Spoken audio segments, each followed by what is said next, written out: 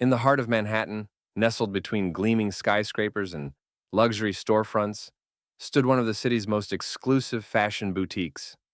Its window displays glimmered with gowns and handbags, so expensive they seemed less like clothing and more like trophies for the wealthy elite. Inside, soft jazz floated through the air, the scent of imported candles lingered, and the walls sparkled with mirrors designed to make everything and everyone appear flawless. On that bright afternoon, Amelia Johnson pushed open the glass doors and stepped inside. She was a young black woman in her late 20s, dressed with elegance that leaned toward understated chic, a cream blouse, tailored slacks, and a leather handbag she had worked hard to afford. To her, fashion was more than clothing. It was expression, identity, and power. Today, she wasn't browsing idly. She had come with the intent of purchasing a dress for an upcoming gala. The boutique manager, a white woman in her 40s with perfectly coiffed hair and a diamond brooch pinned to her blazer, noticed Amelia immediately. Her smile faltered, the polite warmth she wore for wealthy-looking clients vanishing in an instant. She gave Amelia a quick, dismissive once-over, her eyes flicking down at the handbag and back up with thinly veiled condescension. "Can I help you with something affordable?" she asked, her voice dripping with insincerity. Amelia paused. Her heart clenched at the sting of the words, but she held her head high. With a calm voice, she explained she was interested in seeing a piece from the boutique's newest collection. The manager stepped closer, lowering her voice, though still loud enough for others to hear. "I don't think this store is the right fit for you," she said coldly. The remark sliced through the quiet room. A couple of customers nearby turned their heads, pretending not to eavesdrop, though their raised brows gave them away. Some shifted uncomfortably, others smirked as if the rejection was expected. Amelia felt the heavy weight of humiliation pressing on her chest, but she steadied herself, unwilling to give them the satisfaction of seeing her break. With a deep breath, she straightened her posture, nodded slightly, and walked out the door. The insult hurt, but as she stepped back into the busy Manhattan streets, she promised herself something. This moment would not define her. Instead, it would ignite her. The city streets outside the boutique buzzed with life, but for Amelia, the noise blurred into a dull hum. Her heels clicked against the pavement as she walked, each step firm yet heavy with the sting of what had just happened. She replayed the scene in her mind. The manager's smirk, the mocking tone, the way the room seemed to silently agree that she didn't belong. It wasn't the first time she had been dismissed or underestimated, but this time something inside her shifted. She found a quiet bench at the edge of Central Park and sat down, her fingers tightening around the strap of her handbag. The insult still echoed in her ears. A part of her wanted to cry, another part wanted to scream, but she did neither. Instead, she sat perfectly still, her mind racing. She thought about her mother, who had always told her, "When someone tries to push you down, rise higher than they ever thought you could." Those words had carried her through college, through job interviews, through the late nights of working two jobs to pay her bills. Amelia wasn't just a passerby in the world of fashion. She was an artist. In her small apartment, rolls of fabric leaned against the wall, and her sewing machine often hummed late into the night. Sketchbooks filled with bold designs lay scattered across her desk. For years, she had dreamed of launching her own fashion line, one that celebrated diversity, individuality, and strength. But dreams cost money, and for a long time she told herself it was safer to wait until she was ready. That afternoon, sitting on that park bench, she realized waiting was over. Pulling out her phone, she opened her notes app and began typing furiously. A plan formed in her mind. She would not only create her line, she would build it to rival the very boutiques that once sneered at her. She envisioned clothing that spoke to people like her, people who were often excluded from luxury spaces, yet deserved to see themselves represented. Her determination burned hotter with every passing thought. She knew it wouldn't be easy. Investors wouldn't line up for a young black woman with no powerful connections. Designers like her were often brushed aside in favor of those with famous names. But she had something stronger than privilege. She had resilience, creativity, and the fire of someone who refused to be told she didn't belong. Amelia stood up from the bench, brushing off her blouse, as if she could wipe away the humiliation of earlier. She straightened her shoulders, lifted her chin, and whispered to herself, "They'll remember my name." The city roared around her, but inside Amelia there was only silence and focus. She didn't know exactly how yet, but she had made her choice. She was going to change the game. The following weeks were a whirlwind for Amelia. Her days stretched into long hours, and her nights were often sleepless, but she didn't care. She had a vision, and now she was determined to make it real. Her small apartment quickly transformed from a quiet living space into the headquarters of her dream. Bolts of fabric leaned against every corner, sketches layered across her dining table, and the faint buzz of her sewing machine became the soundtrack of her evenings. She spent hours researching suppliers online, calling fabric mills, and negotiating with vendors. Many dismissed her at first. Some didn't take her seriously. Others tried to overcharge, assuming she didn't know the business. Every brush-off felt like another echo of that boutique manager's sneer. But instead of discouraging her, it fueled her resolve. She kept careful notes, organized spreadsheets, and taught herself the basics of running a business through free online courses.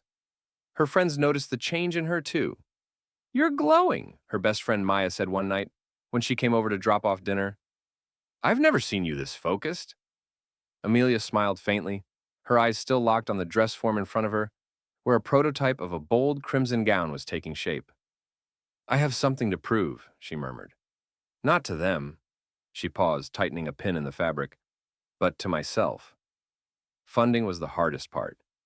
Investors she approached often brushed her aside, giving polite excuses or patronizing advice. One even told her bluntly, "Luxury fashion isn't really your lane." Amelia walked out of that meeting with her jaw clenched so tight it ached. She refused to let their doubt define her. Instead, she turned to her community. Through a mix of small business grants, crowdfunding campaigns, and support from friends who believed in her, she scraped together enough to take her first steps. Amelia named her line Eterna, symbolizing resilience and timelessness. Her first collection was inspired by the strength of women like her mother and grandmother, pieces that blended elegance with bold, unapologetic statements. Every stitch carried meaning. Every design told a story. When she finally organized her first small showcase in a rented studio space downtown, she didn't know what to expect. But as the models, many of them women of color she had personally recruited, walked the improvised runway, the energy in the room shifted. The audience gasped, whispered, and clapped, not out of politeness, but out of genuine awe. By the end of the night, Amelia's inbox was flooded with inquiries. It wasn't the grand victory yet, but it was a spark that told her she was on the right path. Standing at the back of the room, arms folded, eyes shining with pride, she thought, "This is only the beginning." Amelia's showcase hadn't gone unnoticed. A few local fashion bloggers wrote about it, praising her originality and the way her designs celebrated strength and identity without sacrificing elegance. Small lifestyle magazines picked up the story, calling her a fresh voice in fashion. For Amelia, it felt surreal to see her name in print, not in the margins, not as a footnote, but as the headline. Orders started trickling in. At first, it was friends of friends, then strangers who had stumbled across her work online. She set up a tiny studio space. Nothing glamorous, just a rented corner in an old brick building downtown. The walls were bare, the floor creaked, but to Amelia, it was a palace. She could finally separate her personal life from her work, and every morning when she walked in, she felt like she was entering the world she was building. Still, the pressure mounted. Balancing creative work with business demands was exhausting.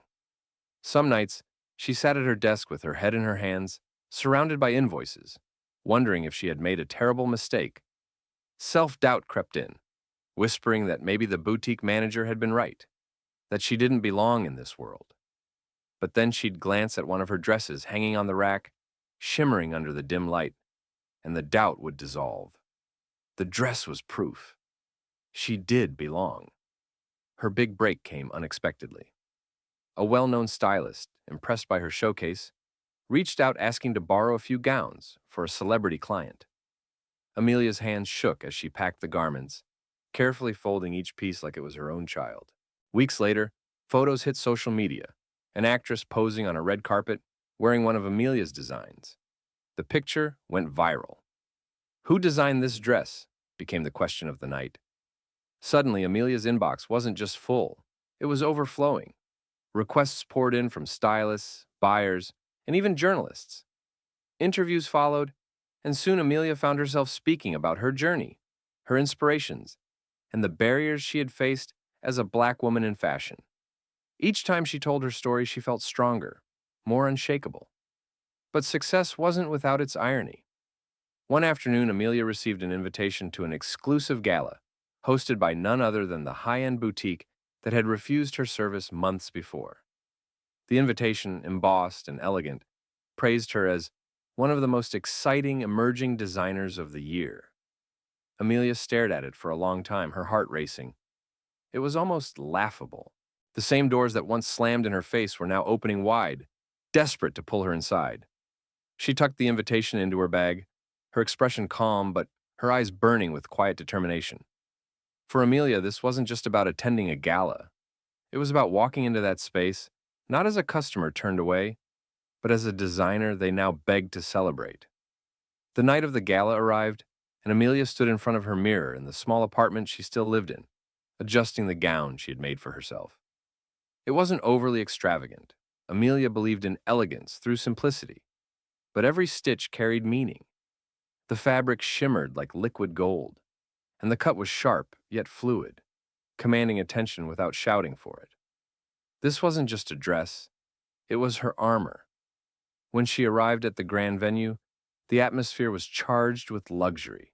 Crystal chandeliers bathed the hall in soft light, waiters floated by with trays of champagne, and the air buzzed with the chatter of the wealthy and well-connected.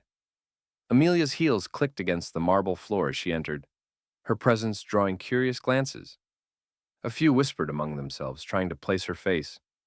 Then, across the room, Amelia spotted him, the boutique manager who had humiliated her months earlier. He was standing near the entrance, greeting guests with a rehearsed smile, his suit perfectly tailored. For a moment, Amelia's chest tightened.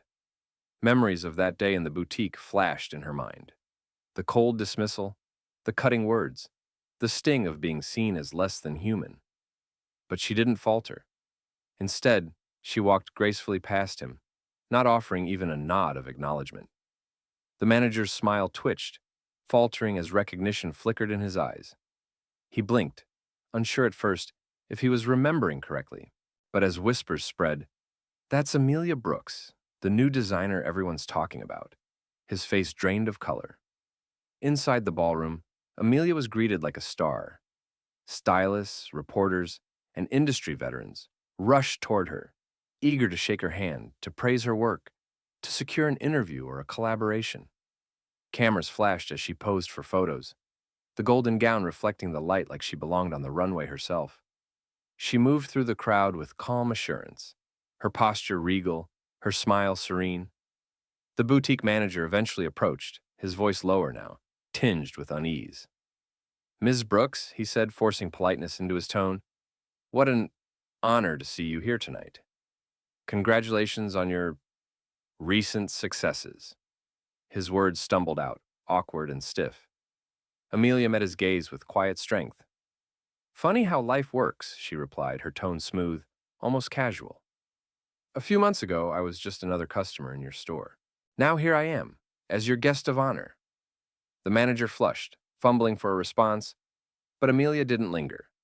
She excused herself and turned toward a group of journalists waiting to speak with her, leaving him standing alone, his face tight with humiliation. For Amelia, this moment wasn't about revenge. It was about reclaiming dignity. The same place that had once told her she didn't belong was now forced to acknowledge her brilliance. And though she didn't need his validation, seeing the manager shrink under the weight of his own prejudice felt like a small, quiet justice. The room quieted as the evening's program shifted toward its centerpiece, the unveiling of the gala's honorary designer collection. A hush swept across the ballroom when Amelia's name was announced from the stage.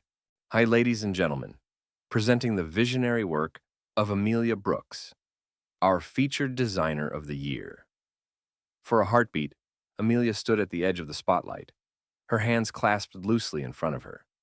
She took a breath, straightened her back, and stepped forward onto the stage.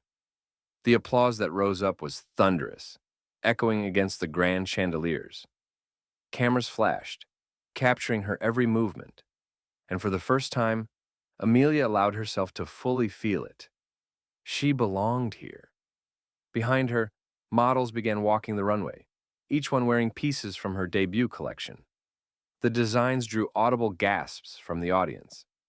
One model wore a structured, futuristic gown with metallic accents that seemed to shimmer like starlight. Another glided in a flowing crimson dress with intricate hand-sewn beadwork that glimmered under the lights.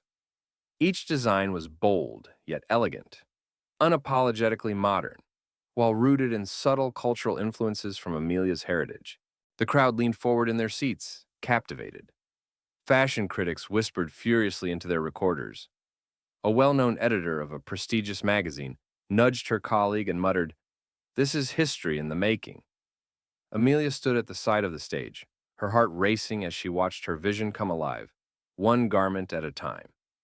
Toward the back of the room, the boutique manager watched in stunned silence.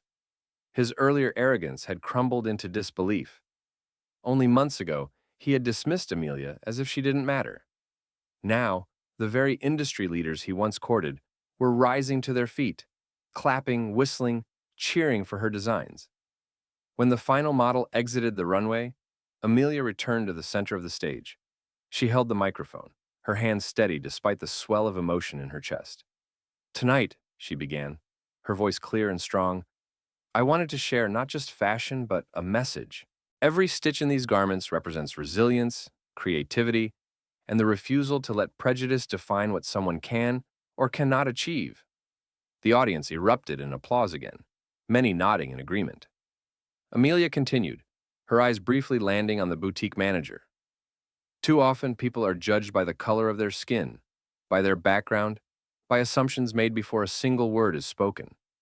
But talent, vision, and perseverance, those know no boundaries." Her words lingered in the air, resonating with many who had witnessed discrimination in their own ways. The applause that followed was not just for the dresses, but for the courage it took to stand on that stage and speak so directly, so powerfully. As Amelia bowed gracefully, the room rose in a standing ovation. The boutique manager, though still standing in the shadows, felt the weight of the moment. His face was pale, his pride bruised. Everyone around him was celebrating the woman he had once belittled. For Amelia, this wasn't just a show. It was vindication, a living testament that dignity, talent, and perseverance could outshine prejudice in the brightest light possible.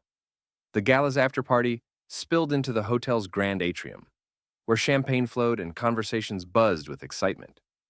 Amelia found herself surrounded by editors, designers, investors, and celebrities, all eager to shake her hand, ask about her inspirations, and congratulate her on what many were already calling the highlight of the year. "Your collection is unlike anything we've seen," one fashion critic said, clutching his notepad. "It's bold, fresh, and unapologetically original. You're going to redefine the industry." Amelia smiled politely, still absorbing the surreal flood of attention. She had spent years sketching designs at her kitchen table, working odd jobs to afford fabrics, pouring her soul into each piece. And now, here she was, standing in the center of a world that had once tried to shut its doors on her. Across the room, the boutique manager lingered by the bar, watching with tight lips as Amelia's circle of admirers grew larger by the minute. He was invisible now, just another face in the crowd, and the sting of his earlier arrogance pressed down harder than any spotlight ever could. At one point, he tried to approach, glass of champagne in hand, but hesitated as Amelia was whisked away by a group of editors from Paris, eager to set up interviews. Later that night, as the music softened and the crowd thinned, the gala organizers invited Amelia back onto the stage for one final acknowledgement. The host raised a glass and announced, "Tonight we celebrate not only a brilliant designer, but also a powerful story of perseverance. Amelia Brooks reminds us all that barriers are meant to be broken, and true talent cannot be denied. The applause that followed was overwhelming, filling the atrium with warmth. Amelia stepped forward, humbled yet radiant, and said only a few words. This is just the beginning. I'm not here just for myself. I'm here for everyone who has ever been told they don't belong. Her voice cracked slightly, but the conviction in her words carried through the room like a wave. People clapped, some even wiping away tears. The boutique manager, now standing at the edge of the crowd, lowered his gaze. The humiliation was complete, not because Amelia had intended to shame him, but because her success had revealed the smallness of his prejudice. As Amelia left the stage, she noticed a group of young black fashion students waiting nervously near the entrance, notebooks in hand. Their eyes were wide with admiration. One of them whispered, "You've inspired us. You showed us it's possible." Amelia bent down, smiled warmly, and told them, "Don't let anyone tell you what you can't do. Your voice, your vision, it matters. Own it." The night ended not just with Amelia's triumph, but with the spark she had lit in others. The gala would be remembered as more than a glamorous event. It was the moment when a door was kicked open, when an industry was forced to look inward, and when a woman who had once been dismissed claimed her rightful place in history. And as Amelia stepped into the cool night air, her heart steady and her spirit unshaken, she knew this wasn't the end of her journey. It was the start of something far greater than she had ever imagined.